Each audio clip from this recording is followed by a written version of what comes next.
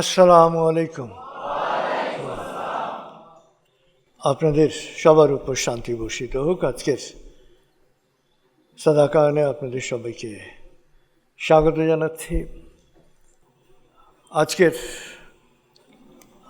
আমাদের আলোচনা হচ্ছে সমাজে শান্তি ও নিরাপত্তা বাড়ায় সালাম।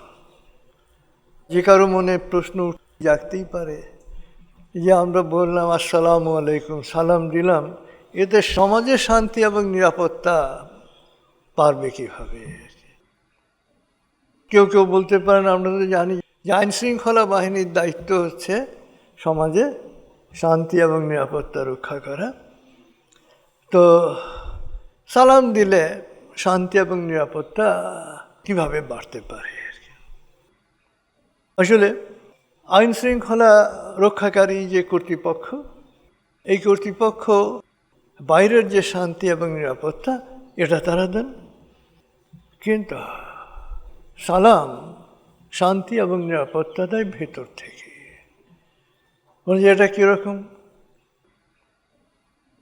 অনেকে রং ফর্সা করার জন্যে ফেয়ারনেস ক্রিম, রং ফর্সাকারী ক্রিম ব্যবহার করেন এবং যেটাতে ব্লিচ থাকে, রং একটু সাদা সাদা হয় আর কি, কিন্তু ত্বকের কমনীয়তাটা, ত্বকের ঔজ্জ্বল্যটা ন্যাচারাল হয় না, রং একটু ফর্সা হয়। কারণ এই ফর্সা করা হচ্ছে বাইরে থেকে। আবার আপনি যদি কাঁঠাল খান, কাঁঠাল খেলে কি হয়?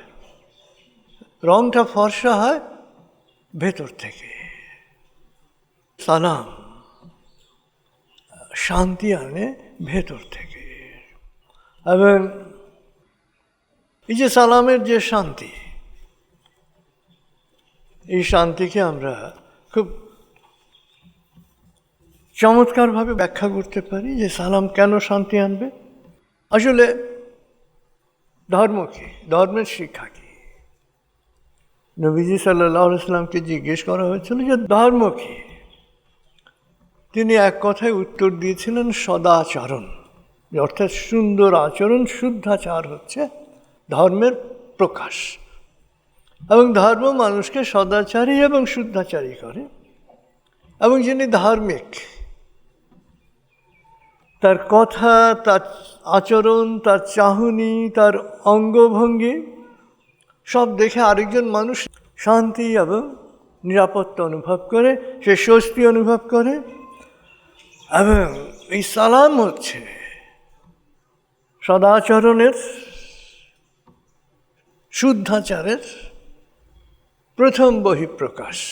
এই জন্য আমরা আমাদের শুদ্ধাচার বইয়ের শুরুটা কি ছিল? আসসালামু আলাইকুম, আপনার উপর শান্তি বর্ষিত হোক। এই যে আপনার উপর শান্তি বর্ষিত হোক, আসসালামু আলাইকুম, এটা কি? এটা একটা প্রার্থনা, এটা একটা দোয়া।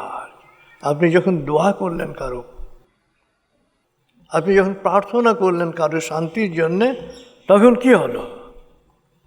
তখন এই শুভ কামনার একটা শুভ অনুরণন ছড়িয়ে গেল। এবং যেই জন্যে নবীজি সাল্লাল্লাহু আলাইহি ওয়াসাল্লাম খুব সুস্পষ্টভাবে বলেছেন যে সর্বত্র সালামের প্রচলন কর, অর্থাৎ প্রথম সুযোগে আগে সালাম দাও এবং তোমরা লাভ করবে শান্তি এবং নিরাপত্তা। তো এই জন্য কী করতে হবে? শান্তি এবং নিরাপত্তা কোথায় সবচেয়ে বেশি দরকার বলেন? হ্যাঁ, ঘরে আর কি। ঘরে শান্তি এলে সমাজে শান্তি আসবে, সমাজে শান্তি এলে দেশে শান্তি আসবে। ঘরে নিরাপত্তা থাকলে সমাজে নিরাপত্তা আসবে। যে কারণে নবীজি সাল্লাল্লাহু আলাইহি ওয়াসাল্লাম বলেছেন যে তুমি যখনই ঘরে ফেরো তখন ঘরের সবাইকে আগে সালাম দাও। সালাম তোমার ও তোমার পরিবারের কল্যাণ এবং বরকতের উৎসে রূপান্তরিত হবে। কিভাবে হয় আর কি? আসলে ছোট্ট ঘটনা, যে আমাদের এক গ্র্যাজুয়েট বলেছিলেন আর কি, দীর্ঘদিন তার স্ত্রীর সাথে তার মনোমালিন্য, ভালোবাসেন, আবার মনোমালিন্য ঝগড়াটা খুব বেশি হয় আর কি। তো কোর্সে যখন এলেন, কোর্সে সালামের গুরুত্বটা তৃতীয় চতুর্থ দিন আমরা খুব আলোচনা করি। তো তৃতীয় দিন শেষ করে বাসায় ফিরে স্ত্রী দরজা খুলেছে, স্বামী খুব একটা হাসি দিয়ে আসসালামু আলাইকুম। তো স্ত্রী তো তেতে ছিল আর কি, তার প্রথম রিয়াকশন হলো এই নতুন ঢং আবার কোত্থেকে আসবে। তো এখন স্ত্রীর কাছে এটা খুব বিস্ময়কর মনে হয়েছে যে হাজব্যান্ড তাকে সালাম দেবে আর কি, স্ত্রীর কাছে এটা বিস্ময়কর মনে হয়েছে। ওই দিন আর কোনো ঝগড়াঝাটি হয় নাই আর কি। এবং এর পরবর্তী যে ঘটনা, স্ত্রী তার বান্ধবী বলল যে শোনো, গতকাল হয়েছে আর কি, মানে আমার হাজব্যান্ড এসে তার যে কি মতলব তো বুঝতে পারছে না আর কি। হ্যাঁ, দরজা খুলতেই বলে আসসালামু আলাইকুম। তো বান্ধবী আবার একটু পরেজগার ছিলেন, সে জিজ্ঞেস করলো যে তুমি কি বলেছ আর কি। বলে আমি আর কি বলবো, একটা নতুন ঢং আর কি। বলেছে না না, তুমি এটা ঠিক করো নাই। কারণ কেউ সালাম দিলে জবাবে খুব পরিষ্কারভাবে বলতে হয় ওয়ালাইকুম আসসালাম। তো চতুর্থ দিন যখন হাজব্যান্ড গিয়েছেন বাসায় ফিরেছেন, তো আসসালামু আলাইকুম, হ্যাঁ স্ত্রী হ্যাঁ ওয়ালাইকুম আসসালাম বলে হেসে দিয়েছে। And that's the beginning. কারণ দুইজনের শান্তি কামনা করে তার ঝগড়া করতে পারে না। এবং স্ত্রী খুব সম্মানিত বোধ করেছে যে তার হাজব্যান্ড তাকে আগে সালাম দিয়েছে। এবং প্রত্যেক মানুষ কি চায়, প্রত্যেক মানুষ নিজেকে সম্মানিত বোধ করতে চায়, তার বয়স যাই হোক। আপনি যদি কাউকে সম্মানিত বোধ করার সুযোগ দেন, তাহলে সব সময়ের জন্যই তার দৃষ্টিভঙ্গিটা তখন পাল্টে যাবে। শুধু বাড়িতে না, সহকর্মীদের সাথে, প্রতিবেশীদের সাথে মনোমালিন্য হলে কথা কাটাকাটি হতেই পারে। হ্যাঁ, দুটো হাড়ি একসাথে থাকলেও বাতাস আসলে ঠোকাঠুকি লাগতেই পারে। সবসময় কী করবেন, প্রথম সুযোগেই সালাম দেবেন, তাহলে দেখবেন যে আপনার ভেতরে যে বিভেদ সৃষ্টি হয়েছিল সেই বিভেদটা দূর হয়ে যাবে। এবং সালাম দেওয়ার ক্ষেত্রে আমরা অধিকাংশই সবচেয়ে বড় ভুল করি যে আমরা সন্তানকে সালাম দিই না। এবং সন্তানকে সালাম না দিলে সন্তান কিন্তু সালাম দিতে শিখবে না। সন্তান আসলে তাই করে যা সে তার মুরব্বীদের করতে দেখে সেটা করে। মুরব্বীরা কি বলে এটা তার কাছে গুরুত্বপূর্ণ না, মুরব্বীরা কি করে এটা তার কাছে গুরুত্বপূর্ণ। এই জন্য কী করবেন, ঘরে ঢুকলে সবসময় বাচ্চাকে আগে সালাম দেবেন। এবং নবীজি সাল্লাল্লাহু আলাইহি সাল্লাম কিন্তু ছোট বড় নির্বিশেষে সবাইকে আগে সালাম দিতেন। তো এই ধারণা যে ছোটরা বড়দের আগে সালাম দেবে, এই ধারণাটাকে দূর করে ফেলবেন যে না, সুযোগ পেলেই আমি আরেকজনকে আগে সালাম দেবো, ছোট হোক বা বড় হোক। তো আপনার অনেক দিন তো সালাম দেন নাই। তো এখন যদি ছোট বাচ্চা, 5 বছরের বাচ্চা বা 6 বছরের বাচ্চা দরজা খুলেছে, আপনি যদি আজকে গিয়ে সালাম দেন, আসসালামু আলাইকুম সালাম দিলেন, হাসি দিলেন, বাচ্চা কী করবে, এই কানি কেটে চলে যাবে আর কি। কানি কেটে চলে যাওয়া বোঝেন তো আর কি, পাশ কাটিয়ে চলে যাওয়া। সেকেন্ড ডে আবার সালাম দেন, থার্ড ডে কিন্তু আপনি দেখবেন যে বাচ্চাকে আগে সালাম দিতে পারবেন না। সেকেন্ড ডে এরপরে বুঝে গেছে যে না, আমাকে সালামের কি করতে হবে, জবাব দিতে হবে। এবং দেখা যাবে যে দরজা খোলার সাথে আসসালামু আলাইকুম আব্বু, আপনি তাকে আগে সালাম দিতে পারবেন না। এবং এই যে সালাম তার মধ্যে এস্টাবলিশড হয়ে গেল আর কি, আপনি কি করলেন, একটা অনেক বড় সুন্নাত আপনার সন্তানের মধ্যে জারি করে দিলেন। সে জীবনে যেখানে যাক দেখা যাবে যে সব সময় আগে সালাম দিচ্ছে। তো আমরা আল্লাহর শুকরিয়া আদায় করি যে আমাদের দেশে এই সালামের প্রচলনের ক্ষেত্রে আমরা কোয়ান্টাম অগ্রগামী ভূমিকা আমরা পালন করতে পেরেছি, যে আমরা এখন থেকে 20 বছর আগে আমরা সাংগঠনিকভাবেই সিদ্ধান্ত নিয়েছিলাম যে সবাইকে আমরা আগে সালাম দেবো আর কি। এবং এখন পাশ্চাত্যের মানুষ, ইউরোপ আমেরিকার মানুষ, তারা কি করছে, তারা খুব নিঃসঙ্গতায় ভুগছে আর কি, একাকিত্বে ভুগছে আর কি। এবং একাকিত্ব দূর করার জন্যে এখন সোশ্যাল মিডিয়ায় বিষণ্ণতার বিরুদ্ধে, একাকিত্বের বিরুদ্ধে তারা মিডিয়া ক্যাম্পেইন শুরু করেছে। তাহলে কি, যে যার সাথেই দেখা হোক, পরিচিত অপরিচিত নির্বিশেষে, জাস্ট সে হ্যালো, পরিচিত অপরিচিত নির্বিশেষে বলুন হ্যালো আর কি। মানে এটা পাশ্চাত্যের সালাম আর কি, তাদের সালাম আর কি। পাশ্চাত্যের মিডিয়া CNN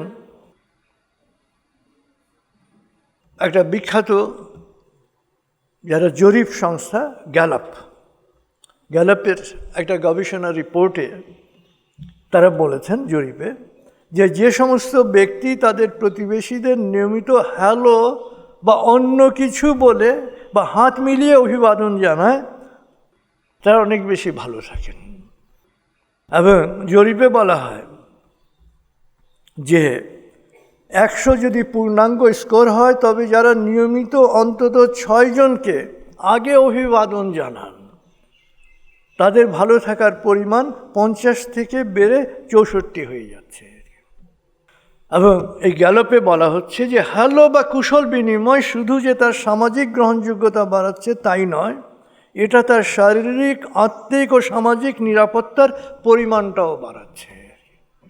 তাহলে নবীজি যে কথা বলেছিলেন, সেই কথা যে কত প্রয়োজনীয় সমাজ জীবনের জন্যে, এটা 1400 বছর পরে সমাজবিজ্ঞানীরা এসে বলছেন আর কি।